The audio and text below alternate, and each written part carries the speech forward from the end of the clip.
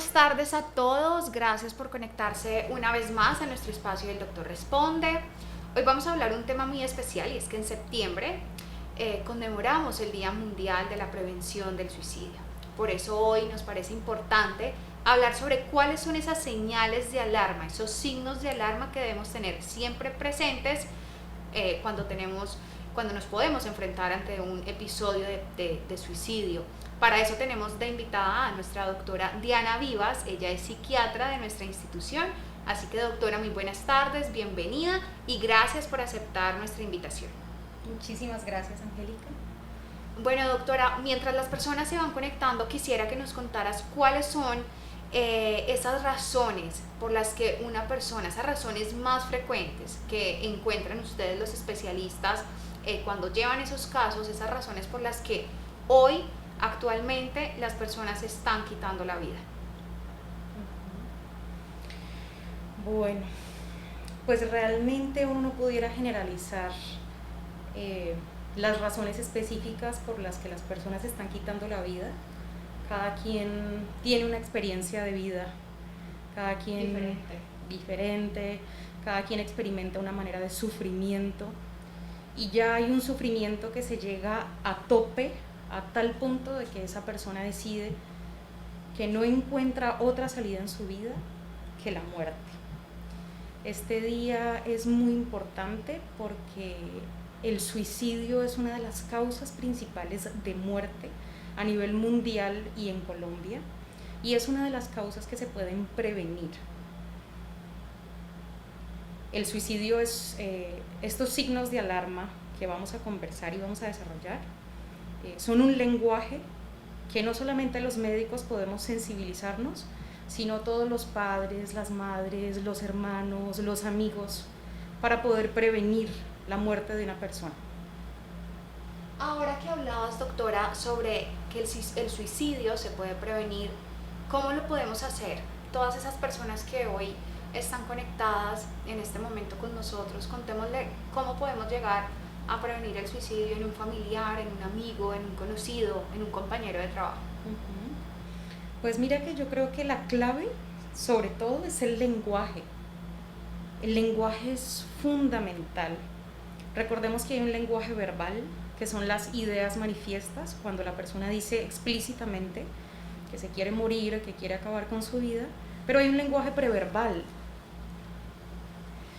El lenguaje preverbal es uno de los signos de alarma que nosotros tenemos que empezar a sensibilizarnos, porque frente a una idea manifiesta, pues bueno, ya sabemos que tiene una idea suicida, pero hay otras maneras como por ejemplo los síntomas afectivos del espectro depresivo, las personas que tienen de pronto conductas un poco desorganizadas, impulsivas, con tendencia a exponer su vida a la muerte. Hablando un poco, doctora, de esas personas que se empiezan a quitar la vida, ¿cómo podemos nosotros detectar esos comportamientos antes de que llegue ese momento? Okay. Para eso tenemos una pregunta de Sandra Masuera. Ella nos dice, ¿cómo puedo detectar si un adolescente ha pensado o ha tomado la decisión o en algún momento de su vida ha dicho me quiero quitar la vida? ¿Cómo podemos nosotros detectar, nosotros que estamos lejos de ese momento? Ajá. Bueno, lo podemos detectar de muchas maneras. Los síntomas, por ejemplo, una persona que hay algo que se llama anedonia, que es una persona que ya no disfruta las cosas que antes disfrutaba hacer. El aislamiento también es un signo de alarma, una persona que ya se encierra en su cuarto, se encierra en su habitación, se encierra en su casa y no evita las relaciones interpersonales. Los síntomas del espectro ansioso, una persona que tiene constantes ideas de preocupación, de incertidumbre, de duda, de inquietud. Hay algo del espectro depresivo que es un signo de alarma bien clave y es la desesperanza. Cuando una persona ya no encuentra ninguna esperanza de vida, eso es un signo de alarma que a nosotros los psiquiatras se nos prende el bombillito rojo. La minusvalía también, la culpa. Por ejemplo, una enfermedad médica. Si nosotros vemos una persona que de pronto está en una condición clínica que la limita en su funcionalidad, que ya no es la misma persona que era antes y que está presentando estos síntomas que yo les acabo de mencionar, de anedonia, de aislamiento, de ideas de desesperanza, minusvalía, culpa, más una condición clínica que la limita en funcionalidad, también es una persona que nosotros debemos abordar porque probablemente nos pueda estar dando señales de signos de alarma. Hay otras en su conducta también, por ejemplo, no sé si han escuchado hablar de las lesiones que le dicen cutting, que son lesiones superficiales en los antebrazos. Son prácticas muy frecuentes en los adolescentes que están mal llamadas realmente, como que llaman la atención o que está de moda o que no tienen nada que hacer. No, realmente son signos conductuales que nos alarman porque algo no está pasando bien. Doctora, ahorita que hablabas un poco de la desesperanza, ¿cuáles pueden ser esas frases, esas palabras que utiliza una persona que ya no encuentra ninguna esperanza en su vida para que todas las personas las tengan presentes? Puede haber un mensaje, como yo les decía, efectivamente enunciado. Entonces la persona dice, mira, yo ya no tengo ninguna esperanza, ya estoy desahuciada, hasta aquí llegué, no me voy a recuperar, no tengo ningún potencial de rehabilitación. Pero hay otras que incluso utilizan unas tonalidades un poco sarcásticas. Por ahí escuché incluso un comentario que dice, a una chica le ofrecen un tinto y ella dice algo como que, ay, más bien te recibo ácido amoníaco, algo así, ¿no? Entonces la gente se ríe, pero realmente son unos mensajes indirectos que esa persona está diciendo que se quiere morir. También, por ejemplo, yo he visto bastante en redes sociales. Ustedes saben que ahorita las redes sociales son un medio de comunicación muy importante, no solamente para recibir, sino también personas que transmiten ideas. Chistes, ¿no? Chistes. El chiste es fundamental porque el chiste esconde una verdad. Entonces, como preferiría estar muerta, o ojalá me pegaran un balazo, o ay, qué bueno yo caminar por aquí, que un carro pasara y me atravesara. Que la gente lo toma hay veces como chiste, pero son mensajes. Para mí el chiste es una verdad, para mí como clínica, y es importante que todos nos sensibilicemos con esos mensajes. Gracias, doctora. Tenemos un mensaje, una pregunta de Camila Prada. Camila nos dice, doctora, ¿cómo puedo ayudar a una persona que ha dicho muchas veces que quiere tomar ya la decisión de acabar con su vida, pero no quiere recibir ayuda médica? Mira, Camila, tú ahí lo que puedes hacer son dos cosas. Lo primero que tienes que tener en cuenta es que sí o sí requiere una ayuda profesional. Tú no eres su terapeuta y es importante que reciba una ayuda profesional. Tú tienes dos opciones. Una es que si eres amiga, familiar o conocido de esa persona, debes identificar con quién esa persona tiene un vínculo altamente empático para que esta persona pueda ser receptiva al mensaje que es claro de entrada. Requiere valoración profesional. La otra persona es una persona que tiene o que representa autoridad en la familia. También. Entonces, hay que evaluar el caso individual de tu amigo, de tu hermano, de tu compañero e identificar cómo pudiera ser más receptivo al mensaje que es concreto. Y requiere ayuda profesional. Entonces ya buscas la persona que le brinda empatía o la persona que represente una autoridad, y es algo que debe hacerse. Gracias, doctora. Tenemos una pregunta muy importante y está relacionada sobre la familia de esa persona que decidió quitarse la vida. ¿Qué pasa con esa familia? ¿Qué consejos les podemos brindar? Lo importante es que es un evento, sobra decirlo, pero es un evento altísimamente traumático para la familia.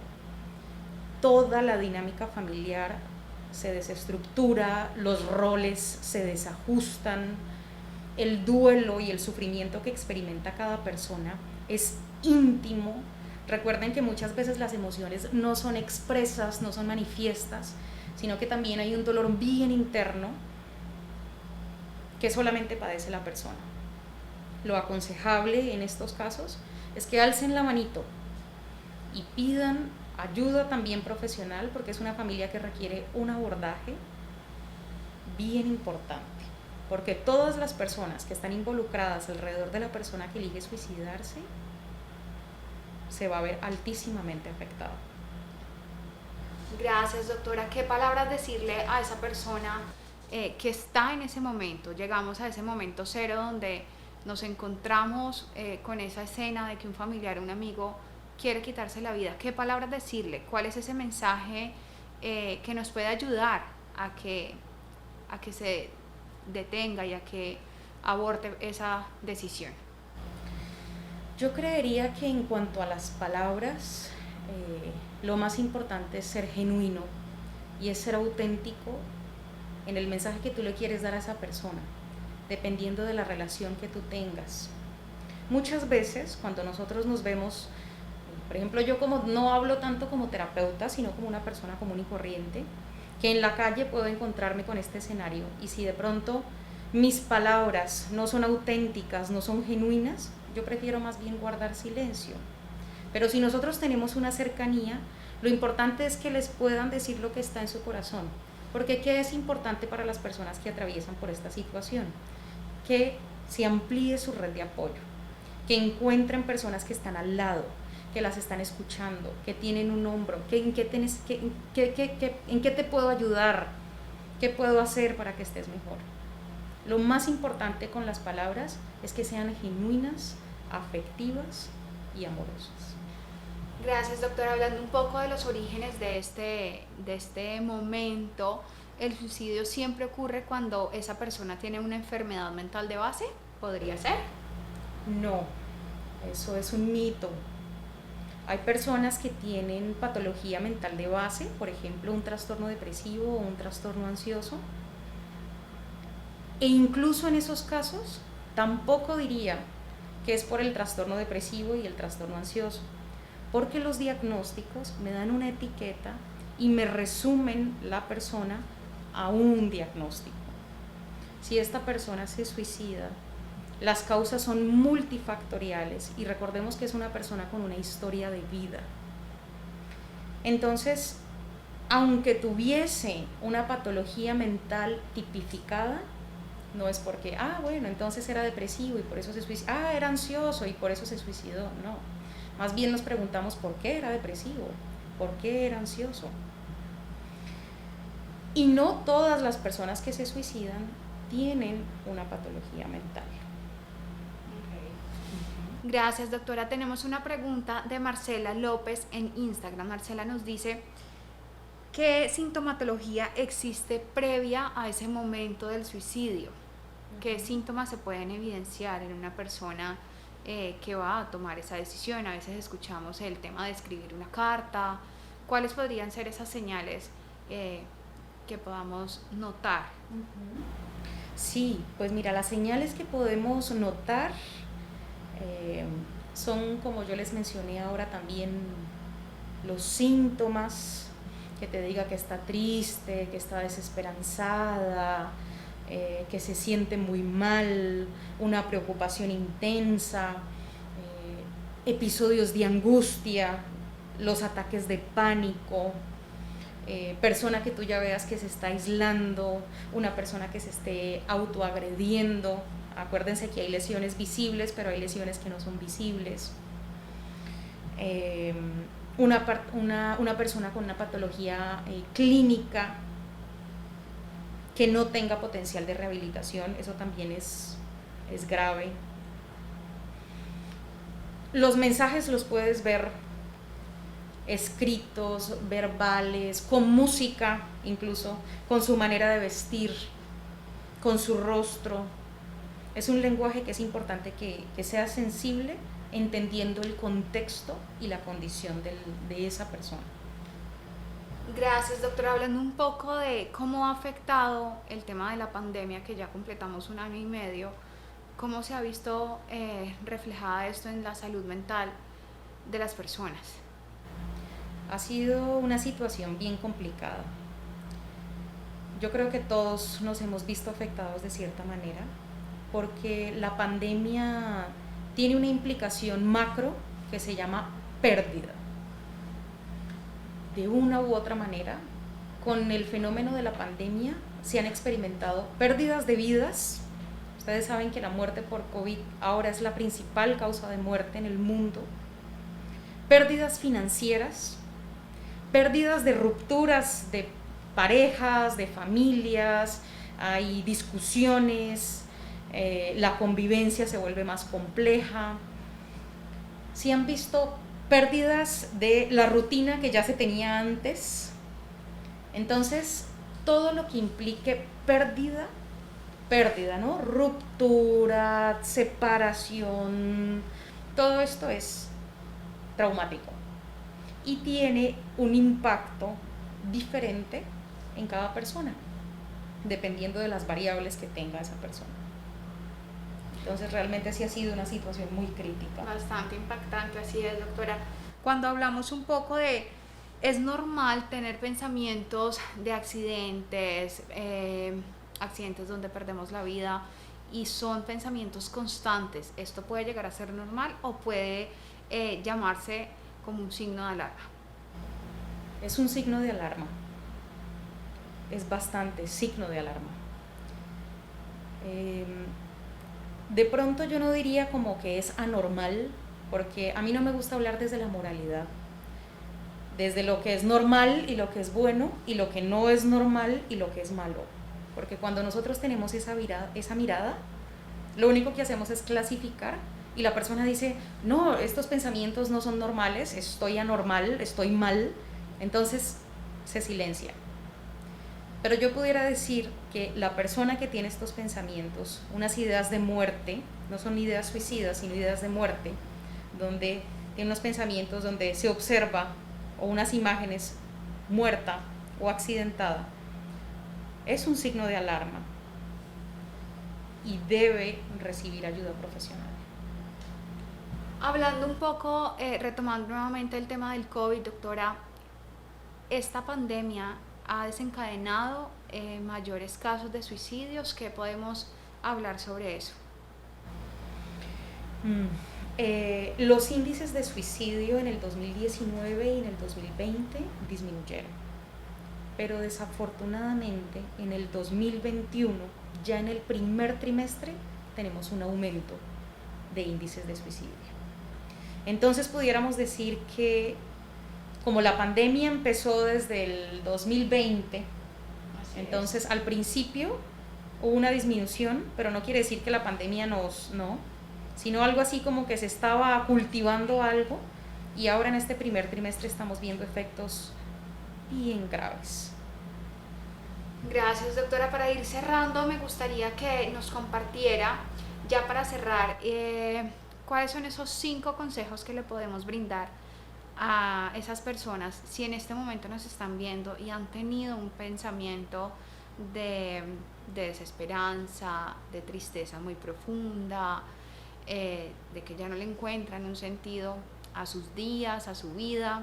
¿Qué mensaje les podemos dar a esas personas? Y si tú que nos ves no has pasado por ese momento, de pronto y conoces a alguien, que puedas llegar y puedas llevarle este mensaje. Sí, estos pensamientos de muerte y estas ideas suicidas son en definitiva un signo de alarma, y como signo de alarma requieren abordaje profesional y ampliación de red de apoyo. Yo les aconsejaría o les sugeriría 2 ingredientes en caso de que estén presentando esta situación. La primera es valentía para pedir ayuda, porque ir a pedir ayuda, ustedes saben que pedir ayuda al psiquiatra o al psicólogo, teniendo en cuenta el estigma social y el estigma personal, porque si yo voy al psiquiatra, ¿qué van a pensar de mí? O si voy a ir al psicólogo, o si van a dar cuenta mis amigos, mis amigas, mi familia. Entonces, valentía para romper con todos esos esquemas y darse la oportunidad de solicitar ayuda. Y el segundo ingrediente se llama humildad. La humildad es cuando yo digo, no puedo, y voy a pedir ayuda. No puedo. Yo diría que esos dos ingredientes, valentía para romper con tantos esquemas, incluso con los propios, y humildad para pedir ayuda. Vale, doctora, y ya para cerrar tenemos una última pregunta y está relacionada a nuestros niños. Nuestros niños se han visto también enfrentados a momentos difíciles emocionalmente, pues a raíz de la pandemia. ¿En ellos también se evidencian casos de suicidio? Sí, desafortunadamente.